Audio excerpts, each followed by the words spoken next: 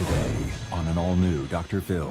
My dad gave me $30. You have an addict for a daughter, and you're giving her money to make yourself feel better, not to help her. I think that's a crock of.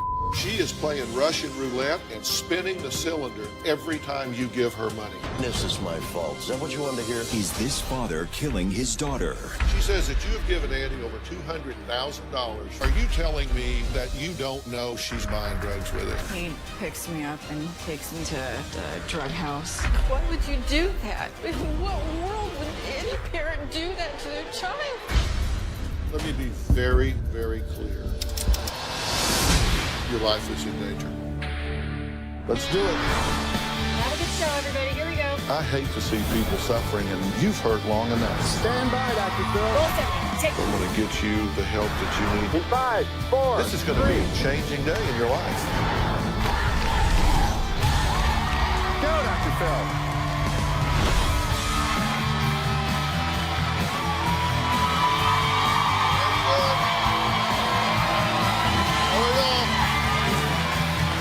Hey guys, how are you? Okay, I want you to give a listen to this. It's part of a phone conversation between a father and daughter over a common topic of discussion: money. Hello? Do you have like $20? Andy, I'm not giving you a dime. Don't call me again. Can you give me $20 so I can make it through the weekend? Well, on the phone was 23-year-old Andy asking for money from her father, Ed. Not to go shopping to buy herself something to eat. No, Andy wants the money to go buy drugs. It's just heads up. I mean, that's just the deal. Yes, you heard right. Her own father gives her money for drugs. Now, this is according to Andy's mother. Her name is Pam. She claims ever since their divorce 8 years ago, Ed has spent over $200,000 keeping their daughter hooked on a habit that could eventually kill her. Take a look. My daughter's currently addicted to oxycodone, and my ex-husband has been sabotaging her recovery by financially supporting her drug habit. When Andrea was 15, she started smoking pot, and then she started using some ecstasy and Benadryl. Ed was hands-off with Andy. He would say, Pam, I don't know how you handle Andy. Andy doesn't work. Ed pays for her apartment, he pays for her heat, her phone, her cigarettes, her food, her drugs. He pays for it all. Ed has spent about $200,000 for her to use on her drugs for the last 8 years. Andy has been in about 6 different rehabs since she was 15. I can't understand how a father can do that to their children. I can't understand how a father can hand their children over drug money all the time. What's going to happen someday if Andy overdoses on drugs? One of the first questions is going to be, where did the drugs come from and how did she get them? And Ed, her own father, is going to have to stand up and say, I'm the one that gave her the money and I'm the one that took her to get the drugs. What Ed is doing may ultimately kill Andy. Okay. Pam, what's your goal here today? My goal is to make this madness stop. This is psychotic behavior, and I've put forth every resource that I can over the last 8 years to help Andy. And every time I do set her up for success, I'm countered. I can always count on 1 or 2 things are going to happen. One is she's going to go back to drugs. The second thing that's going to happen is that when I inquire how she got the money to get the drugs, the answer is going to be that her father gave her the drug money, or he's taken her down to get the drugs. You're here to help Andy. You're here not to here to help her. bash Ed. No, right? I'm not, but he is part of the problem. Well, Absolutely. Well, I'll make my own judgments about that. I don't need you to tell me what the problem is. I got a very different view of it, I think, than you do. Okay. And parts of it I agree with you about. Okay. No question. Are you telling me that at one point when Andy was in rehab, that Ed actually physically took her drugs inside rehab? It was her brother that did that. Ed took her brother to her while in rehab, and the brother brought pot to her. And you say he gives her money for drugs on a regular basis. On a regular, daily, ongoing basis. So you're telling me he knows she's going to take this money and go buy drugs. Absolutely. And he counts it out and gives it to her anyway. Absolutely. Just here's your drug money. Absolutely. Have there been occasions where he has actually purchased the drugs for her? He takes her to get the I mean, drugs. taking her specifically to the drug house. Matter of fact, he called me a couple of weeks ago, and he's flipping out saying, Pam, Andy wanted some more money, and she's flipping out. He said, I had to take her down to get some Suboxone. Well, what that means is that he's taken her to a drug house, handed her the money, opened up the car door, let her get out and get the drugs and come back in. That's what that means. Well, this just sounds unbelievable, right? You said there's no way this could be happening. So here's what Pam's ex-husband, Ed, has to say for himself. Andrea is the daughter from hell. Andrea has stolen from me watches, rings, cameras, guns. Andrea stole my shoes. I'm sure the money went to drugs. Andrea's a hardcore addict. She will come to my work, she will pester me, and she wants money. I have got 64 calls from her in 17 minutes. Now, if that doesn't work, then all hell breaks loose. If I don't agree with her, then it's one of these, well, then you. I give my daughter $3,000 to $5,000 a month for all expenses. She may be taking my money and buying OxyContin. My ex-wife is the exact opposite of me. She will give her nothing. I hate my ex-wife. Her mother abandons Andrea. It's been this way for years. I give her money because I know what's going to happen if I do not do it. She's either going to die of an overdose or she will probably end up with a pimp. If I walk away from her, she has no one. Yeah, I'm an enabler. I think there's a hell of a difference between being an enabler and a caring enabler. Damn right I care. That's all I got. Okay. Ed, I'm glad you're here because we need to talk. I asked Pam what's her goal for being here today. What's yours? To help my daughter. Are you part of the problem? To a point, yes, I am part of the problem. I've got a very fast, very loud temper, and I absolutely do not know how to tell that girl no. So, however, that's a bunch of I have never, ever taken and given my daughter money for her to buy drugs with knowingly. You I told can't me believe you didn't yourself say on the that. phone. You told me. Suboxone. What is Suboxone? Does she have a prescription for You know what Suboxone? Suboxone is? I do. Does she have a prescription for Suboxone? Is she getting it under medical care? Is she getting it off the streets? You took her to a drug house to get it. Don't You would say. rather that she would go through those physical withdrawals? I'd rather she be in rehab and you leave her alone. My God, how many rehabs have we put her in? 8? What happened to your eye, by the way? You have a black eye. I have a really They've bad covered it black up eye. some, but you have a black eye. I've, again, passed out. You passed out. No, yeah, it's not the first time. Why did You you called pass me- out? I have no idea. You called me last night. You were drunk out of your mind. Maybe that's what happened then. Was drunk. Wow. Hell, I don't remember calling you. Maybe I would. If I called you, I know I was drunk. But anyway, Were you drunk? not that I know of.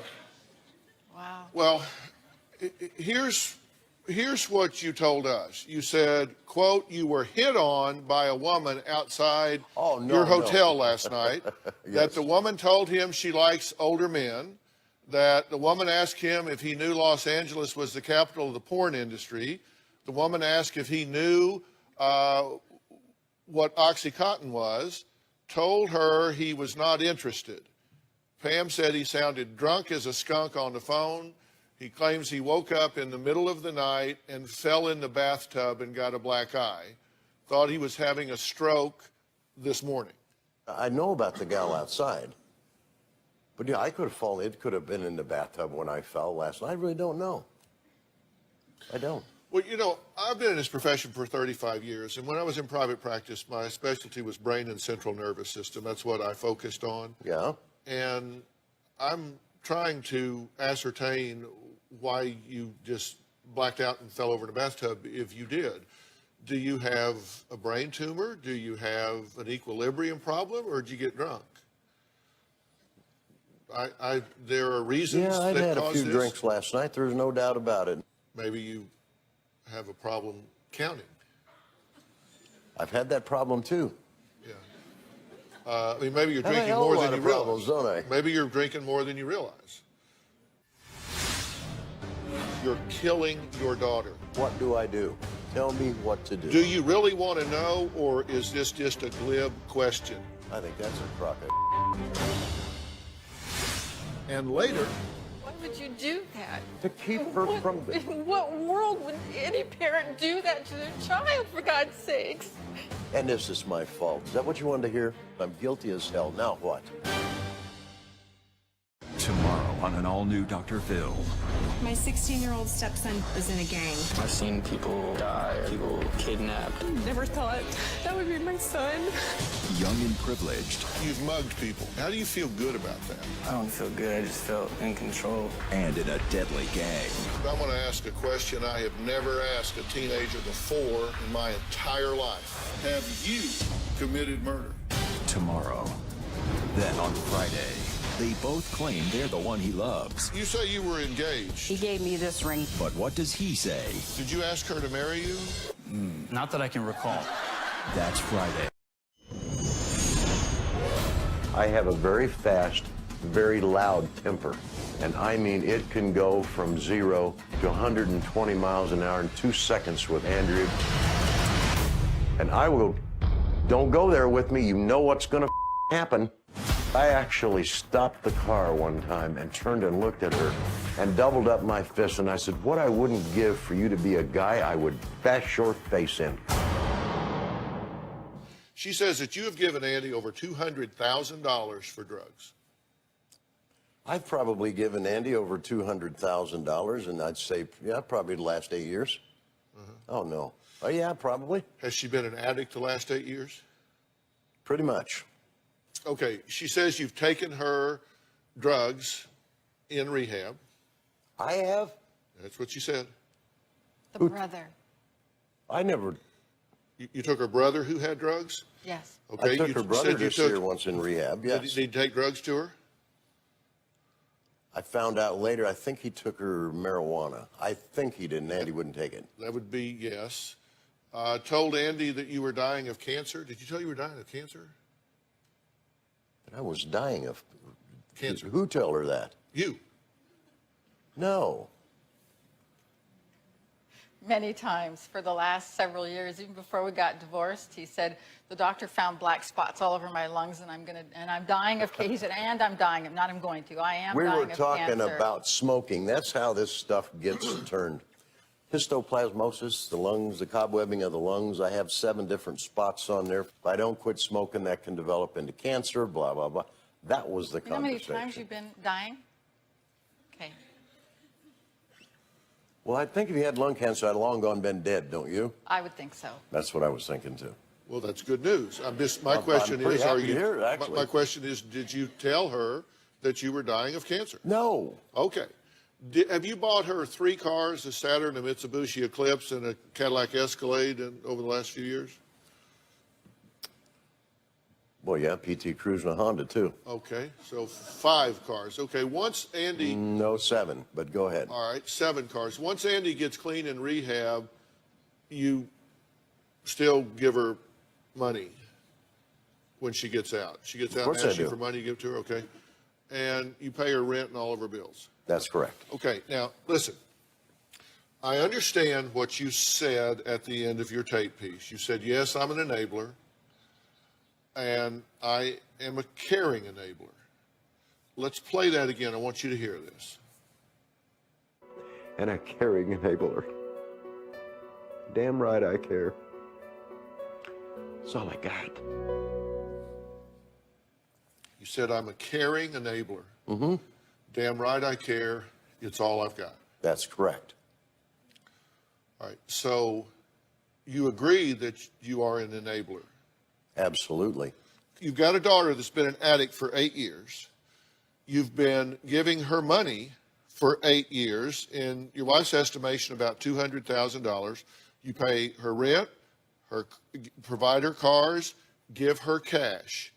So you have been funding a person that you know to be an addict for the last 8 years. Would that fall under the definition of enabling? Yes. So, and your point is you give her the money because the alternative, in your view, is that she either get terribly sick from withdrawals or she starts stealing or selling her body or doing horrible things with horrible people in order to do the same thing that she does if you give her the money, and that's the lesser of the two evils. Yes. Is that a fair statement? Very fair statement. All right, you're killing your daughter. What do I do? Tell me what to do. Do you really want to know, or is this just a glib question? You're killing your daughter. There are alternatives, and I will tell you what they are, and I will help you with that if you really want to know. But we have to understand, you're giving her that money to make yourself feel better, not to help her. You're giving her that money because you don't want the anxiety, you don't want the pain, you don't want the burden of something horrible happening to your daughter. You're giving her that money for you, not for her.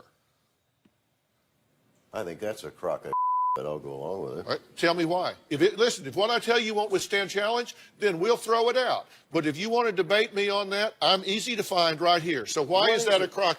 Okay, and I'll be blunt about it. I have one parent that totally turns her back, walks away, doesn't have anything to do with the children. I did the best that I could. No, you didn't. You bought them. She's smoking black tar heroin. She is playing Russian roulette and spinning the cylinder every time you give her money. Could you have sugarcoated that just a little bit? And later, I beg like a $2 prostitute, but you hope I don't go get a pimp, but you're gonna call me a $2 prostitute? I have told her on several occasions she's got a mouth on her like a $3 hooker. Is that a terrible thing to tell somebody? Yes, it's a terrible thing to say. yes. This February, get ready for unforgettable drama and obsessed love triangle. I love Chris Dr. Chris loves me. And you say you were engaged to Chris. He gave me this ring. Did you ask her to marry you? Not that I can recall. Do you have trouble being unclear? I do sometimes. I believe that my mom killed my sister's best friend and buried her in the backyard. A daughter's outrageous accusations. You said you were passed around to your dad's friends at sex parties. Did this happen? No, none of it happened. Oh my God. No, you don't get to do this. It is not a response to say, oh, well, I just, oh. If you want to unplug, we're done.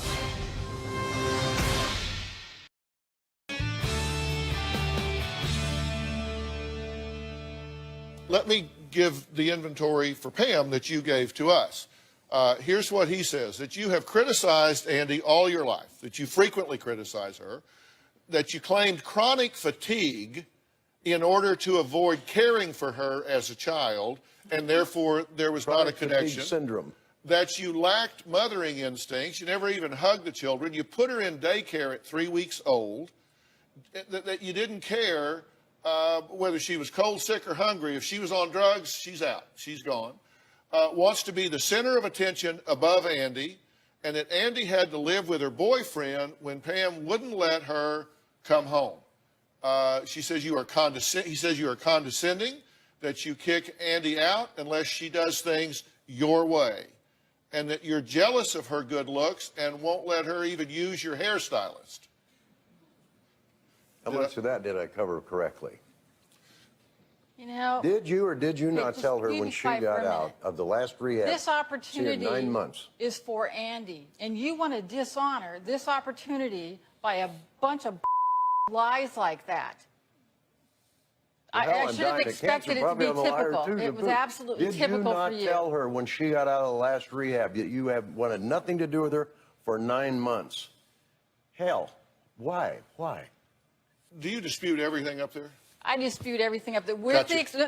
with the exception. Wait, hang on. With the exception. I just want y'all to spend your time the way, when it's over, Okay. I don't want you walking out here saying, well, we got nothing out of that. But Because you sat here bickering back and forth about a bunch of petty stuff. If that's how you want to spend your time, have at it. But do not complain to me at the end of this conversation when you're no further than you are right now. I want to address one thing. Have at Please, it. just one thing, and that is the fact that I've always set a standard for the kids, and my policy has always been, if you're using, you're not welcome. If you're not using, you're welcome, or if you're at that point to where you want to get some help, you're welcome. So that's what the shutting the door is all about, is my setting boundaries. I'm done. Okay. I wonder why we're divorced, don't you? Thank God. It's amazing. I don't wonder why you're divorced, and I don't wonder why your daughter's an addict. What I wonder is, I told you that you are doing what you're doing to make yourself feel better, not to help your daughter. In fact, you're killing your daughter. And you smugly said, well, that's a crock of shit. So you tell me why I'm wrong. I'm not so damn sure I can tell you that you're wrong. This is going to sound exceptionally stupid. I suppose I never looked at it like that. All I want you to do is tell me what to do. How can I help my daughter? That's all I need. What? You could be, yeah, you're right. Is that what you wanted me to tell you? You're right. Yes, I'm an enabler. Well, no, I don't want you to tell me what I want to hear, and I don't need you to tell me that you're an enabler, because I know that. What I need you to have some insight about is that if your daughter is ever going to get clean and sober and healthy and have a productive life using all the skills and abilities that this amazing young woman has, you are going to have to start being part of the solution instead of part of the problem.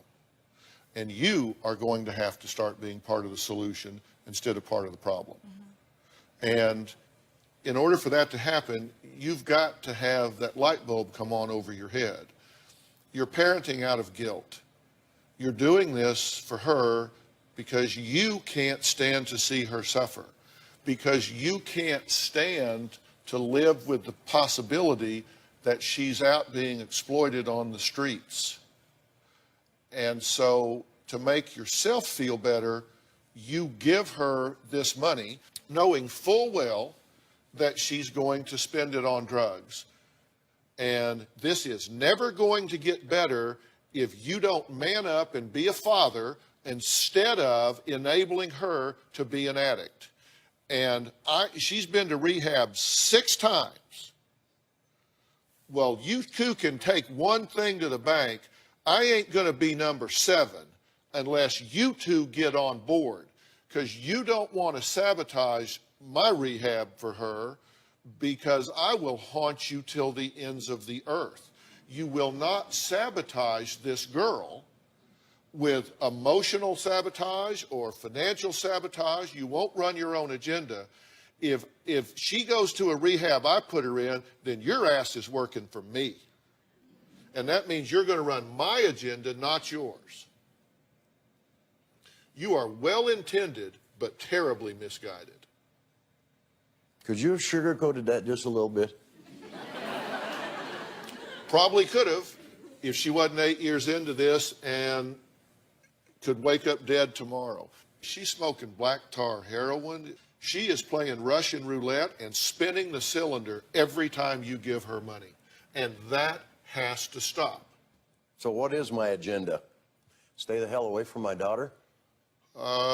If you can't control yourself and cave to her, yes. But I tell you what, let's add her to this conversation. We're going to take a break. When we come back, Andy's going to be here, and we'll see how honest she's willing to be.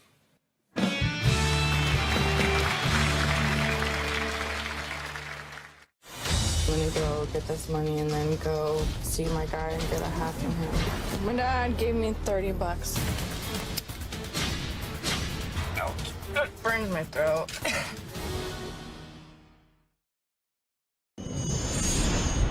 When I was 14, I started smoking weed and doing coke. My addiction's grown into meth and oxycodone. I smoked the pills My mom and dad are definitely different. My mom does tough love, where my dad just enables me. My dad gives me money and I'll tell him it's for groceries or a drug test or something, but when he comes and gives me the money, he takes me to the drug house. He looks the other way, tries to pretend that that's not what's really happening when it's obvious. It's like giving a kid candy and expecting him not to eat it. I feel like my dad's really emotionally abusive towards me. My dad's told me he's gonna bash my face in. He called me a chiller prostitute because I just keep calling his phone asking for money. I do have a daughter.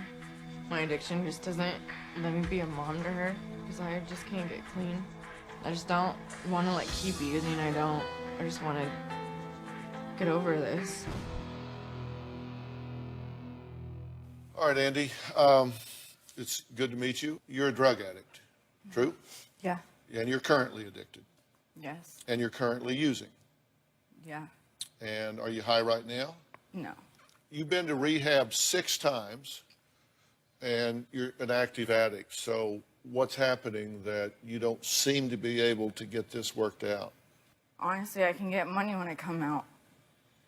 I try to stay clean, and then when I just have moments of weakness, I just stay weak. And where do you get the money? from my dad. You get the money from your dad. And you go directly from there to get the drugs and get high. Yeah, he picks me up and takes me there. Andy says making a drug run is part of her daily routine. Get up, shower, dress, call dad for money, go get high. Take a look. Yeah, this is my typical day. I'm gonna call my dad and try and get money. Hello? Do you have 20 bucks? Andy, I'm not giving you a dime. Don't call me again. Can you give me 20 bucks so I can make it through the weekend? All right, we can go get 20 bucks. So I'm gonna go get this money and then go see my guy and get a half from him. It's like a daily thing after I get him to get money. Sometimes he'll just give it to me, but most of the time I just have to argue with him about it. I have to go to the front door and get money. So right back. My dad gave me 30 bucks.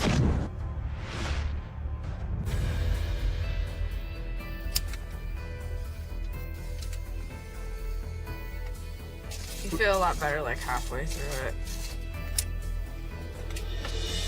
I get slurry. Ouch. It burns my throat. I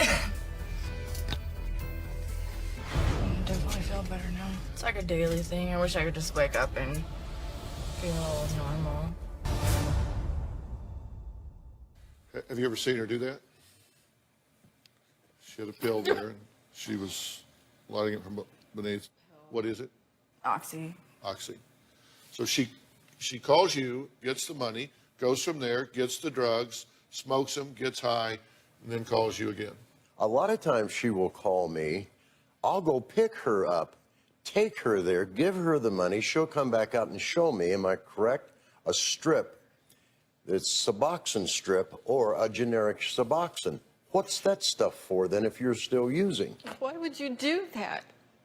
To keep her from... In what world would any parent do that to their child, for God's sakes? It's an antibiotic.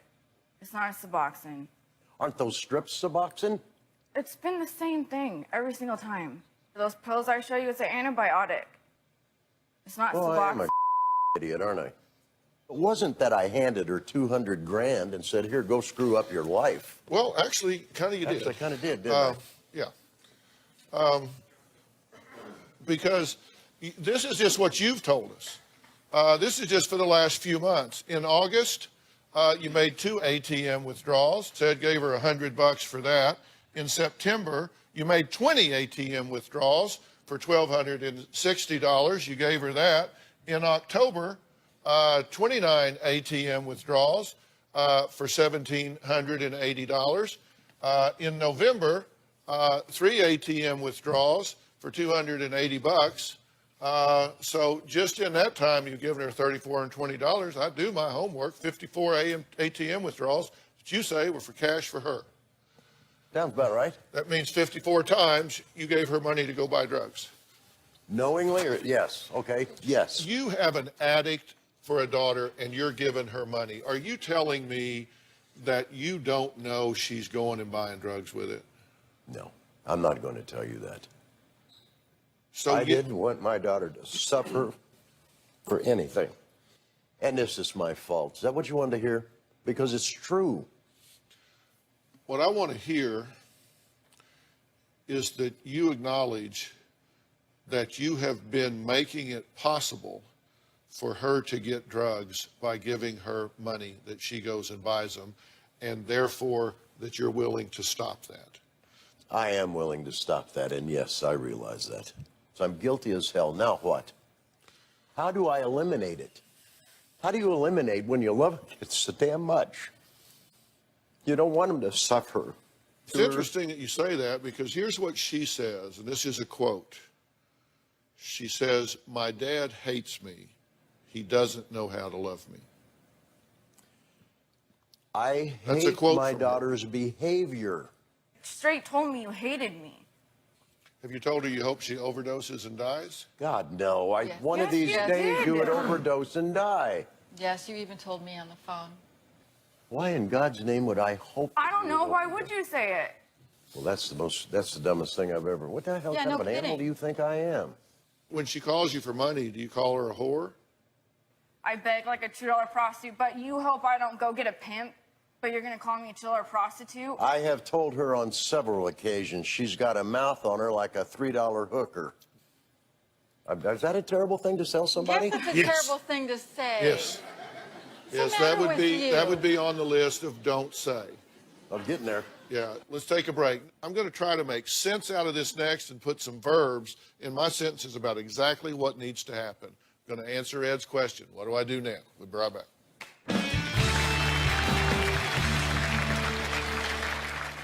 Tomorrow on an all-new Dr. Phil. He's 16 I'm going to ask a question I have never asked a teenager before. and in a deadly gang. Have you committed murder? That's tomorrow. Andrea and I had a scuffle. She flipped out and called me a bitch. And I swooped her legs out from underneath her and I sat on top of her. You don't ever talk to me that way. She didn't expect that to happen. And I know she'll never call me a bitch again. You sit over there like Queen Bee talking about what an idiot he is. He is killing our daughter. There's plenty of ownership to go around here, I will guarantee you. That's why I said she may have been to 6 rehabs. I'm not going to be involved in number 7 if you two are not willing to do as much work while she's gone as she is while she is gone. Because I'm not, what's the point? You know, we have an advisory board here at the Dr. Phil Show. It's made up of the top minds in psychology, psychiatry, medicine, sociology, all the different disciplines. The chairman of our advisory board is Dr. Frank Lawless. He's a double diplomate in psychology. I asked him to come because he has written this book that is going to be required reading for the two of you. And when I say required reading, I mean test required reading for the two of you. It's entitled Not My Child, a progressive and proactive approach to healing addicted teenagers and their families.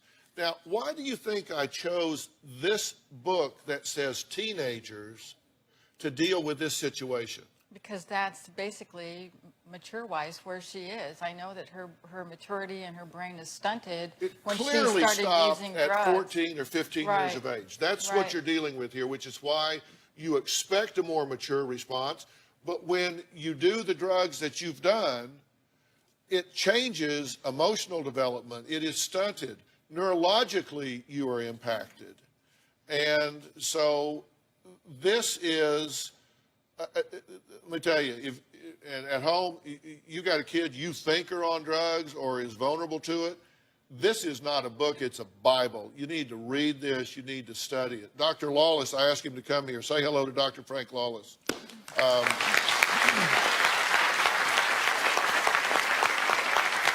Frank, you and I have been talking about this story, this situation with Ed and Pam and Andy for quite some time. We spent hours talking about this.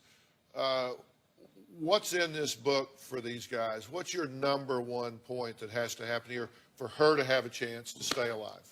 Well, my number one point, it's already been brought up, is we have to stop enabling her. Your number 2 point is what? Well, they have to create coping skills on how to deal with each other in problem solving. And so they not only have to learn it, but they also have to model it within the whole family unit. Do you have a drinking problem, in your opinion? No. You say you pass out frequently. And No, just lately. In the last 3 months, and it's happened about 4 or 5 times. Here we go again, aren't we? Will you sugarcoat this one, please? all right, let me sugarcoat this. Oh, thank you. Ed, perhaps you should revisit that question, because if you are getting blackouts, and this one was on the heels of drinking, and I asked you about the last one, and you said it involved drinking, it sounds to me like you might be drinking to the point that you're blacking out. And if that's the case, you're in the same boat she is. I've never seen you not drink and not black out, ever. I don't think Say you that drink all the again? time. Every time you drink, you black out. You call me and you're just wasted. She's saying when you drink, you drink. Oh, yeah, there's no doubt about that. Oh, no, on a serious, yes, I do. Yeah, I want to get away from my problem. Let me be very, very clear. You are a dangerous drug addict, and your life is in danger.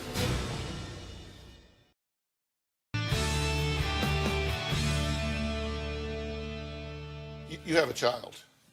Yeah. And she's how old? She's 5. She's 5. And who is taking care of this child? Her dad takes care of her.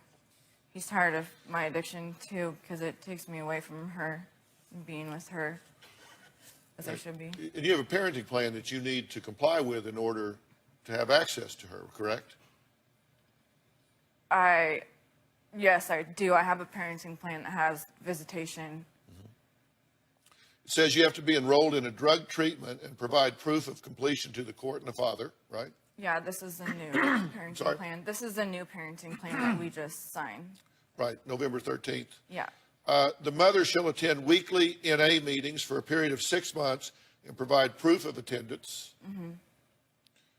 The mother shall submit to random drug test at least 3 times a month for a period of 6 months and sign a release to allow the testing facility to provide full reports to the father's attorney and, of course, to the court. Yeah. Yeah. And if you don't do this, then no access to the child. Yeah. Let me be very, very clear about my assessment of this situation. You are a dangerous drug addict, and if this doesn't get under control, your life is in danger. It's just that simple.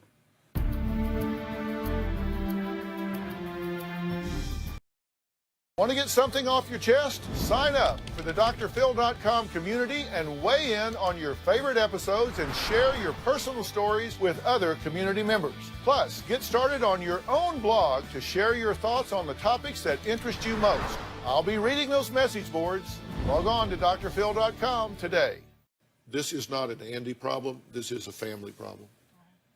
And in order for this to get better, you have to make some major philosophical, behavioral changes in the way you relate to her. Do you agree with that? Yes. Do you agree you're going to have to do the same thing? Yeah. Okay, because I do have a plan here. Sitting next to Dr. Lawless is Ben Levinson. He's the founder and CEO of Origin Recovery Centers. And Origins is America's leading, in my opinion, dual diagnosis treatment center. And when I say dual diagnosis, I mean it deals with psychological issues parallel to the addiction. And I don't know whether she'll be gone for 90 days or 6 months or a year or what's going to happen, but I'll guarantee you that we work to criteria here. And we're going to have to do whatever has to be done. And are you willing to do this? Yeah. Ben, anything to add? Hi, Andy. Hi. I think we have one shot to save your life. And what I want to say, Dr. Phil, is when addiction's present in the family system, Andy, your family is a great example of how it absolutely remodels everybody's behavior in the system to ensure its own existence and meet everybody else's needs in really dysfunctional ways. So when we plop you out of a dysfunctional family system and work on you like you've been to treatment before, and we plug you back into that same system, of course you're going to default back to the way the system prefers you to be. We have to change the system. So we're going to put you and your parents, like Dr. Phil talked about, on separate treatment tracks. And until they've made some changes, you have to be really clear about whether you're willing to accept that kind of conduct in your life. You say you love her and you want the best for her. Are you willing to do the work you have to do while she's gone? Whatever it takes. Because it's going to take time. It's going to take you. Whatever it takes. Yeah. I believe you. I believe you mean that. I do mean it. And it's going to take some very much self-examination with you. And I think there's going to be some very candid conversations about your alcohol abuse. The book I talked about today, for those of you at home, is Not My Child. And it is going to be a real anchor and starting place for the two of you, along with a lot of other things. All right, we're done here for today. I want to thank you guys for being here. I also want to thank Ben Levinson, co-founder and CEO of Origins Recovery Center on South Padre Island. Really, Ben, thank you for all you do and for what you do for these people.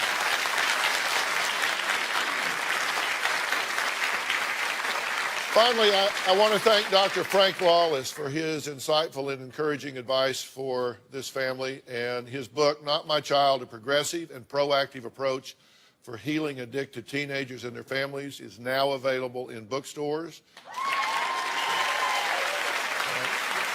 We'll start working on this.